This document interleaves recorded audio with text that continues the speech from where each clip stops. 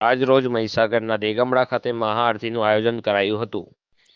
આજરોજ દેગમડા ખાતે મહાઆરતીનું આયોજન કરવામાં આવ્યું હતું। તેમાં મુખ્ય અતિથિ બ્રહ્મ સમાજના કન્વીનર યજ્ઞેશભાઈ દવે, હિન્દુ યુવા વાહિની અરવલ્લીના અધ્યક્ષ હર્ષુભાઈ પંડ્યા તેમજ ધર્માધ્યક્ષ અરવિંદ ગિરી, મહીસાગરના અધ્યક્ષ વિશાલ જોશી, ઉપાધ્યક્ષ યશ પંડ્યા, સચિવ સૌરવ દવે અને હિન્દુ યુવા વાહિનીના કાર્યકર્તાઓ મોટી સંખ્યામાં હાજર રહ્યા હતા।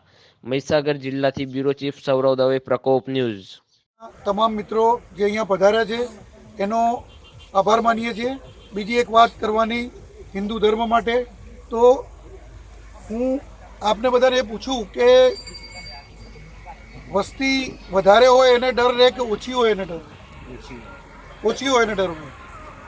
છતાં આ હિન્દુસ્તાનની અંદર આપણે 82% હોવા છતાં હિન્દુઓને આપણે 9%, મુસ્લિમોનો આપણે કોઈએ ના વિચાર્યું, જ્યારે સાધુ સંતોનું કોઈએ ના વિચાર્યું, તો એક મહાપુરુષ જેમને કહી શકાય એમના માટે મહાપુરુષ કહેવામાં પણ કંઈ વધારે વસ્તુ નથી।